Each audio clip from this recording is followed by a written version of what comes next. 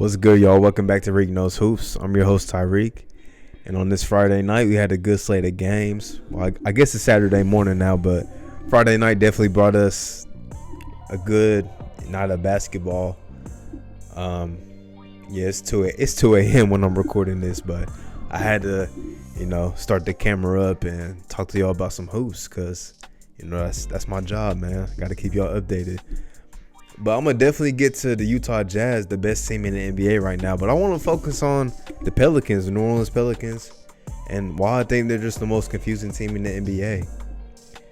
They got a good win tonight, though, against the Milwaukee Bucks. They won 130-126. They held a 28-point lead with 5 minutes left in the third quarter. And their core pieces were looking really good. Lonzo, he had a 27-point, 8-assist night, his best game of the season. Best shooting game, I think, of his career from downtown. He hit 7 threes on the night. And he took a couple mid-range pull-ups. I think he hit a pull-up jump shot, then he hit a floater. And then he took one over Brook Lopez on a fast break, which seeing that aggressiveness from Lonzo, that's something that you love to see if you're a Lonzo fan. Because me personally, I like Lonzo's game a lot, and I just want to see him do really big things on the court. But he just lacks that aggressiveness at times, and you just want to see that consistently from him. Kind of like the confidence that his brother has. I wish Lonzo had that all the time because that would make him such a better, just all-around player. I think that would make him the player that we all hope that he can be someday. But he had a really good night, and hopefully this can, propel him into new heights this season because it's been a struggle so far for him. Really since the first couple of games. He had a good first couple of games, but since then, it's been really a struggle. But it was good to see him play good against, a good team in the Bucks, and especially, shoot the lights out like he did, and also facilitate like he always does. And, Brandon Ingram had another big night, but you expect that from Brandon Ingram. He's a bucket getter. He's a really good playmaker. He's going to do those things. That's why he's an all-star for this team. Might be an all-star again this season, honestly. He's been that good this year as well. So, just seeing their key pieces really play well. And also Zion, he just did, really, really Zion-like things, except he had 7 assists and he was playmaking, big time for his team. Just playing really good. Offensively, this team, they definitely if they can shoot the ball well, they got it. But the thing is, they don't have the makeup to be a good jump shooting team. And they're not gonna hit 21 threes like they did tonight every game. They might not hit 21 threes the rest of the season in a single game. The makeup of this team is just not that. I don't even think JJ Redick played tonight. And if he did, it was very sparingly because I don't remember seeing him on the court really at all. I remember him. He was he had the massage gun and he was working out his chest muscles or something. And that's their best shooter, and he hasn't even shot well this season. So that's why this team is just so confusing. It's the moves that they made in the offseason really don't reflect the way that this team should be built to play, honestly. Trading Drew Holiday for Eric Bledsoe was kind of a head-scratching move in many people's opinions. Especially, I thought the same way because, you already got Lonzo. And now they're just trying to move Lonzo off the ball, make him into a 3-and-D, wing type player, which that's not what Lonzo is. Lonzo's better with the ball in his hands on the break, playing in the up-tempo offense. I believe they have one of the slowest paces in the league this season also, if I'm not mistaken.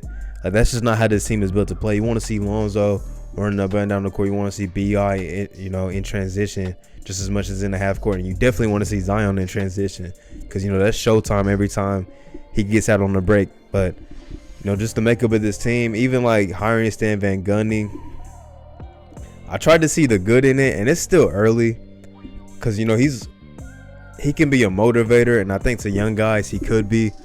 But what I've seen a lot of people say, and I kind of agree with this too, when you have a young team, you got to have somebody that can kind of relate to those guys, especially on the NBA level. It's not like college or nothing.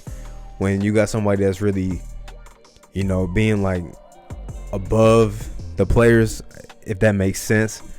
But on the NBA level, a whole point of a coach is really to control the culture of a team. You're supposed to control the locker room and stuff like that, the egos. You're supposed to be able to relate to your players. And Stan Van Gundy is he's an older guy, and this is a very young team. The core pieces on this team, Lonzo, Bi, Zion, those are young players, really young players, and just the relatability just probably is not there because it's just like a mix of generations. Like older people are not gonna relate to 20 and 21-year-olds like they wish they could. But I definitely wanted like Jason Kidd to be the coach for this team. I think he would have been a little more relatable, or even like Kenny Atkinson, because he works so well with young players. We've seen what he did with that Brooklyn Nets team with D'Angelo Russell, young Karis LeVert, and all those guys. But they're just a very confusing team though, because they're so talented that they can win games, even though they've been struggling lately. But they started off the season really well. They can win games. And even like the Steven Adams move, not taking anything away from Steven Adams, he's a really good NBA player. He's a really good big. Gives you, some defensive presence. Really good rebounder too. I think he had a season high in rebounds tonight. Like, he played really well. But it's just like, you have Zion, you have Brandon Ingram, you have Lonzo. These are not jump shooters. These are not like prolific three-point shooters. And then you add Eric Bledsoe to the mix. He's not a good three-point shooter at all. So it's like, you add Steven Adams, like, where's your spacing at? Like, you just have to hope and pray that they have games like this where they hit 17, 18, 19 threes.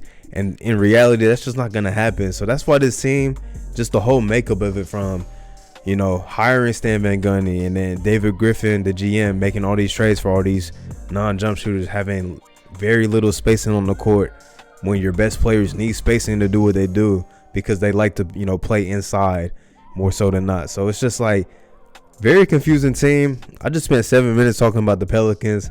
I think I said in my video the other day, I could have a whole video talking about how confusing this team is. And that's just, I can't understate how confusing they are. But when they're playing good, it looks great. Their defense is still very poor, obviously. They almost gave this game up, because Giannis took off in the third quarter. And the Bucks almost came back. I think they got it to within like 6 in the final minute. And then Drew Holiday had like a turnover or something, kind of killed the run. But they cut it to 4 at the end, like on some last second stuff. But very confusing team. I can't understate that enough, man. I hope that they can get it together though, or maybe make a move to add some spacing to this team, because I want to see like Zion and Brandon Ingram. I want to see Lonzo thrive. Because they're really likable players. They're all really good young players, and I think in the right setting, they can really like thrive. And you kind of saw that tonight. If everything's going well, this team can be very special to watch. So hopefully they can figure it out. We'll see as the season goes on, man. But I'm going to transition to the next topic, though. Sorry that I just spent 8 minutes talking about the New Orleans Pelicans, but I just had to get that off my chest, man. But I'm going to transition into the Utah Jazz, the best team in the NBA. Record-wise, at least. But I can't say that they don't look like one of the best teams in the league right now, because they really do. And they beat up on the Mavs tonight. Well, back-to-back games, I'm sorry. The last 2 games that they played the Mavs, because, the NBA is doing this, series-type stuff that they kind of do in baseball. Last 2 games, they played the Mavs at home in Utah, and they handled them easily. Like, easily. I didn't get to see the first one, but I watched the first half tonight, and that was all I needed to see. And they did this without Donovan Mitchell. That's the crazy thing. Like, you think Donovan Mitchell's so important to this team offensively, but it seems like they're starting to find their way, to play without him. And I think a big reason to that, not only just Jordan Clarkson, but I want to give a shout out to Mike Conley, because he got a lot of hate last season. Not hate, just he wasn't playing good. Like, a lot of people were just pointing out he wasn't playing good. And that's facts. He wasn't playing good last season, but I think he's starting to find his footing with this team. Like, I really think he's starting to understand like his role in this team, and you can kind of see that now. Like, he's just being super efficient again. Like, I think 16-6 is his numbers right now, and he just looks more confident. Like, last season, you could just tell he wasn't confident at all. I don't know what the reason was, but he just wasn't confident. Maybe it's just being in a unusual environment to him, because he spent so much time in Memphis his whole career up to that point. So maybe that's the reason. I don't know. Maybe just adjusting to not having the ball in his hands so much, as the main guard, because Donovan Mitchell is a heavy ball dominant guard, rightfully so. But he seems a lot more confident this season, and that's definitely a plus for them. Him having his confidence up, and then Jordan Clarkson, many people sixth man of the year. He's definitely up there for me. So far, at least. But he's had some really big games. He had 31 the other night. I'm not sure how much he had tonight. I'll check real quick, but he was hitting some, just big shots in that first half. Like, he was just in, pull-up threes easily, like Jordan Clarkson type shots. And I had the conversation with my dad. I'm just like, because we were talking about the Jazz. We was like, And I was like, can you rely on Jordan Clarkson in the playoffs? And he said no, because he's just like, he is what he is. He's a sixth man. Like, he's a streaky player. But I feel like if you can get games in the playoffs where Jordan Clarkson is cooking, like, I think they can win a series or two. Like, there's no reason why this team shouldn't have at least a chance to make the Western Conference Finals. At least that's what I see right now. I think they have the formula. I mean, and Bojan Bogdanovic, he's back. Hasn't played well this season, but tonight he looked like himself. I mean, he had 32 points tonight. And, that's what they signed him to be when they signed him to that 4-year, $80 million contract a couple offseasons ago to be that second scorer. And he was that for them, last season. He was averaging 20 before he hurt his wrist and he missed the bubble. So that was definitely a huge loss for them. But, if he can get back to his form from last year, this team's going to be scary. And man, Rudy Gobert, he's been playing really well. He just had 29 and 20 the other night. And his impact on the defensive end is really unmatched, honestly. The only question is, like, hopefully he doesn't get played out of the game in the playoffs. But really the only team that we've seen do that consistently was the Houston Rockets and James Harden. And that's James Harden. But James Harden's not in the Western Conference anymore, so I don't know, man. Utah, definitely, we might have to start taking them serious. Honestly, we might have to start taking them serious. Best team in the league right now, 11-game win streak. I don't want to overreact or anything, but I don't know. Yeah, they might be one of those teams that can definitely make some noise in that Western Conference. And not only is their offense looking good, they're always a really good defensive team. Shout out to guys like Royce O'Neal for always being that guy to take the best player on the opposing team, does that night in, night out, and does as decent a job that you can, when you're going against superstars. Also, shout out to Joe Ingles for breaking John Stockton's franchise record for made threes. Shout out to Joe. I like Joe Ingles, man. He's one of those players that every time he shoots, I think it's going in for some reason. Like, he's one of those guys. Him and like Chris Middleton and Klay Thompson, like, those are like the three guys I think every time they shoot, it's going in.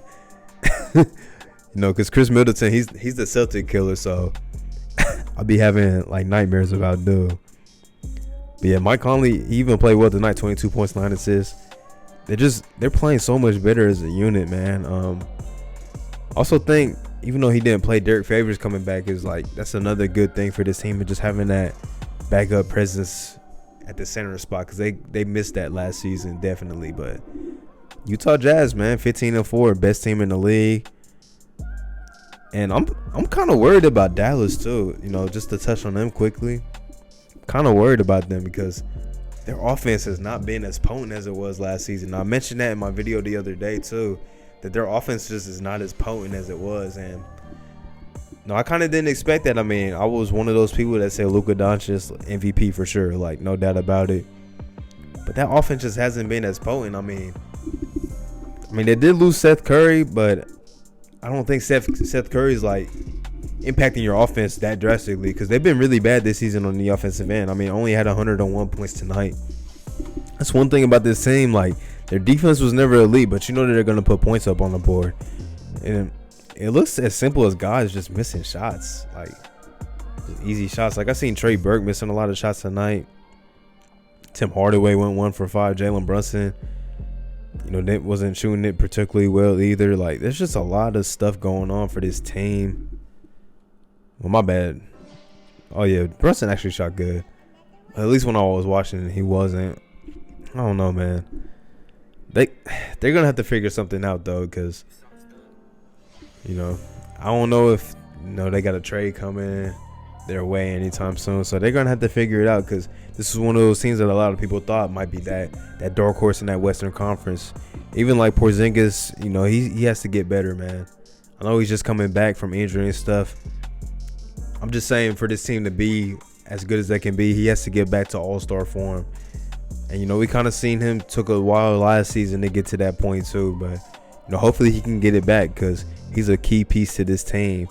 And if they have those big playoff aspirations like everybody thought, he's gonna have to be big for this team in order to get there. The last game I got to watch in depth that I'm gonna talk the most about was the Nuggets and the Spurs. I mean, I never thought I would want to tune in to Spurs basketball as much, but they're a fun team. Like, hey, with all them late first round picks that they got, like DeJounte Murray, Lonnie Walker, Keldon Johnson, I think they might have hit the jackpot with those guys, man.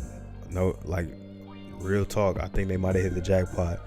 And I want to start out with, first off, DeMar DeRozan went from a player that my guy Kenny Beecham, KLT4Q, shout out, he got the merch right here called Game, but he would always say, like, he's been saying, he's like, DeMar DeRozan has turned from a player that has been kind of overrated to a player that is now very underrated. And I agree like 100% with that, man. Like, he's really turned into one of those guys that's like really underrated in the NBA.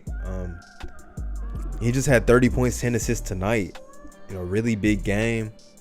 And he's been having those games really for like the last couple of years. Like, he's been really good. He's been improving his game, become a much better playmaker.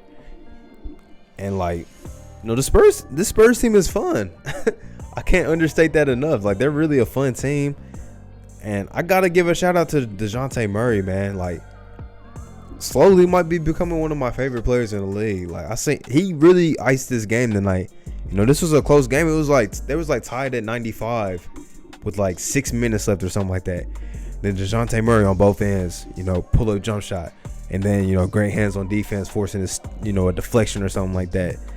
Ultimately resulting in a turnover, and then corner 3-point shot. Then, picking Jamal Murray's pocket. Like, he was just doing so many things on both ends of the floor. Offensive rebound here. He was just doing too much for this team. Like, just, he's one of those guys, like, he's like an elevated version of Marcus Smart. Like, kind of in that sense. Like, he does all those, like, little things, but he's just also a better, like, just, all-around player than Marcus Smart. Not taking anything away from my guy Marcus Smart, but that's just like, yeah, like DeJounte is one of those dudes, man. And even like Keldon Johnson, I was watching Keldon Johnson, and he's really stepped into his own this year. He's really gotten a lot better from where he was at this point last year. You could kind of see him getting better in the bubble, if I remember correctly. He's getting better in the bubble too, and now he's a good NBA player now. Like, I'm gonna say that right now, for a second-year guy. He's definitely shown a lot of improvement, and you like to see that if you're a Spurs fan. Lonnie Walker, he has his moments where he's really good, man. That's somebody I was high on when he came out of the draft. Took a little while for him to get going. He would have highlight plays every now and then, but now I'm starting to think he's actually becoming, a good NBA player in his own right. And, if you're a Spurs fan, like, you really have to be excited, because not only are you just like a competitive team right now, like, you guys are 11-8. Which is, good enough for the playoffs in that Western Conference. But your future looks pretty solid, man, with these guys like Lonnie Walker, Keldon Johnson, of course, DeJounte Murray. Even guys like, Jakopoto is really solid off of their bench. And, we have yet to see really like Devin Vassell consistently, but he had a good game tonight. He had 9 points off the bench in 18 minutes. I think he's going to be just one of those solid players in the league, man.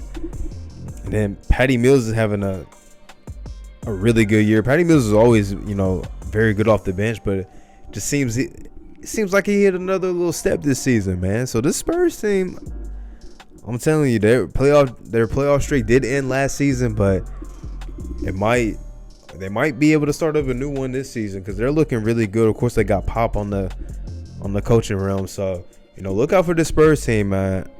I mean, Even if they don't make the playoffs, they're a team that you can tune into, and you're going to see some good basketball night in and night out. This might be a longer video, but I'm feeling a little talkative right now, so I'm gonna just make the most of it. I didn't really get to tune in depth to the rest of these games, but I do want to shout out some guys like Emmanuel Quickly. I'm gonna say I was hip to him before he came into the league. I said he was gonna be a steal. Was kind of surprised that a team took a chance on him in the first round, but I thought he was a guy that had first round talent for sure. I mean, knockdown shooter, good wingspan. Like, he had really good potential to be like a good defender.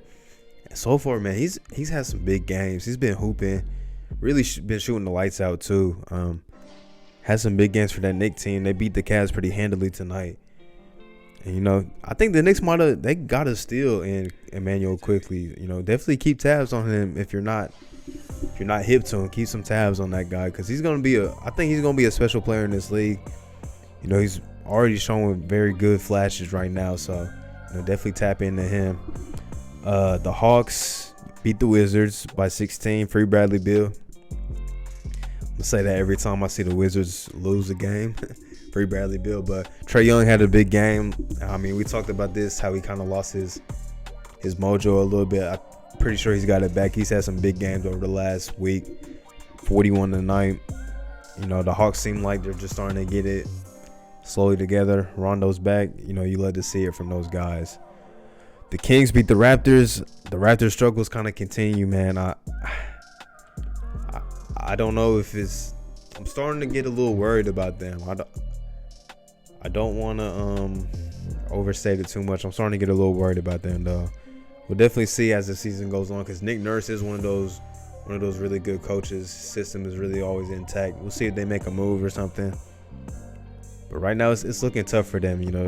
Got beat by the Kings tonight. Shout out to the Kings. Shout out to my Tar Heel, man, Harrison Barnes, for putting up 26 points. The Sixers beat the Timberwolves. Kind of no surprise there at all. No Cat and no D'Angelo Russell, I believe. Embiid had 37 and 11, continuing his MVP campaign so far. You love to see that, man. The Nets beat the Thunder. High scoring game, 147-125. KD did not play tonight. James Harden had a triple-double. Kyrie put up 25. Not too much to say. I mean, a lot of points given up. I think that's going to be the theme for this Nets team really most of the season. But I think James Harden had a pretty efficient night. So, you like to see that, of course. I believe he's the assist leader, too, so far this season. So, shout out to James Harden. Shout out to Kyrie, doing Kyrie-like things. He had a super nice, behind the back, step back, had the defender on skates. That's just Kyrie-type things. One of the most fun players to watch in this league. I mean, other than that, the last game I didn't touch on was the Pacers and Hornets. The Hornets got a 3-point win over that, pretty good Pacer team. PJ Washington, 7 for 8. He had 19 points, but Devontae Graham had 10 assists, 14 points, 10 assists. Then LaMelo was making some plays too. I seen he was 6 for 6 from 2-point range. Well, no, 7 for 7 from 2, and then 0 for 6 from 3 or something crazy like that. But I think he had a good all-around game. He had 7 assists and 6 rebounds, if I'm not mistaken. And he had a nasty putback dunk. Probably seen it on social media if you've been paying attention. But he had a nasty putback dunk, just continuing his pretty good rookie campaign, potential rookie of the year. We'll definitely see about that. But yeah, y'all, that's all the games from the night. It's probably gonna be a little bit of a longer video, so if you tuned in and got through the whole thing, definitely leave a like, because that must mean you enjoyed something. And subscribe if you're new. Share the video if you can, help the channel grow. Lets me know that you guys are enjoying the content I'm putting out, so I can keep going, keep reaching new heights and stuff, y'all. I appreciate all of the support, and I'm gonna be back next time, just whenever I feel like turning the mic on and talking about basketball, y'all. All right, then, peace.